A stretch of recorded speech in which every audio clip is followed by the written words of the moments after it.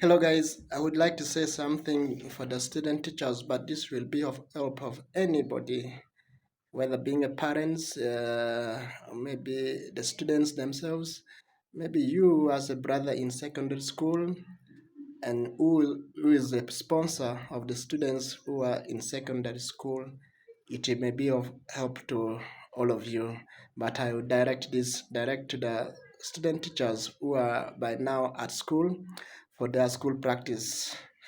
Thank you very much for joining. I know it has now taken some good days that you are now into the school. And if you have been following me, I've talked about being smart for the first time, making the first impression as you reach your school, your premises for practice, and also being organized and arranging all your files very well. Today, I'm going to be direct into the classwork.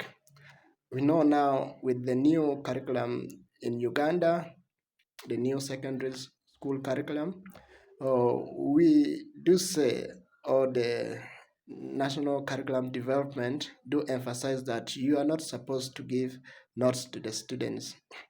But do we really mean that students should not write? That is not the case. We are not supposed to give the notes to the learners, right? But the students need to note down each and every time that you are in the class teaching.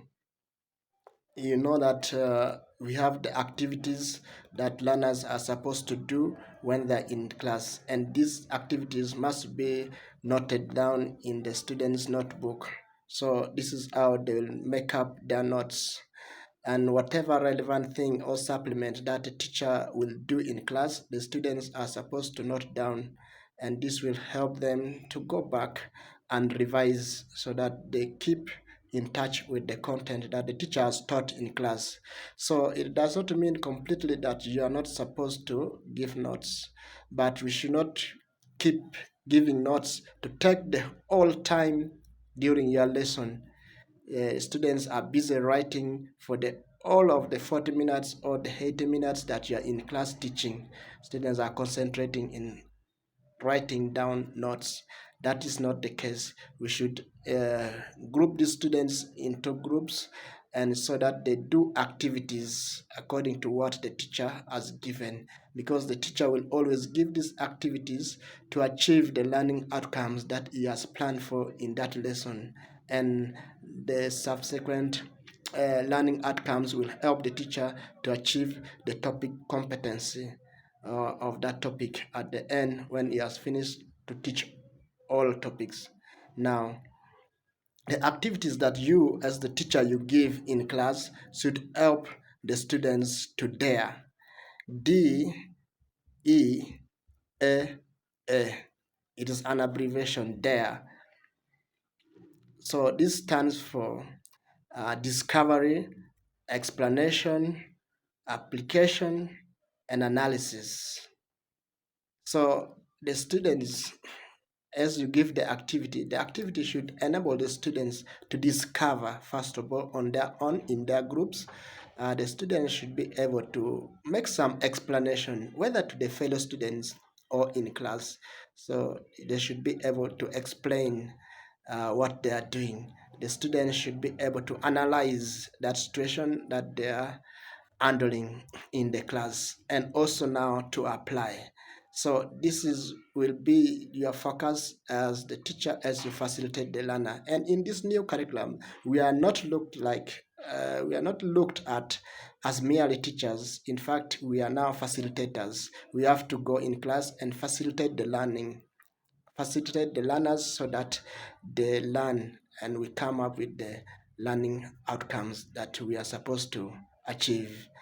And as the students do this there, discover, explain, analyze, and apply, you, the teacher, what are you supposed to do in class? In fact, you as a teacher, you are supposed to triangulate.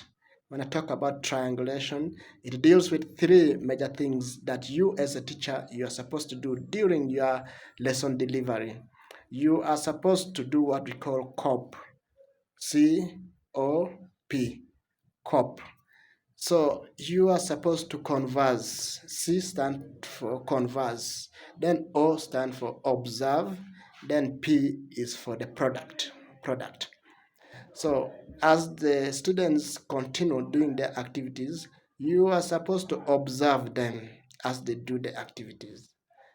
You are also supposed to converse with them, talk to them, help them, supplement, answer their questions. That is what we call conversing in class. Converse with your learners.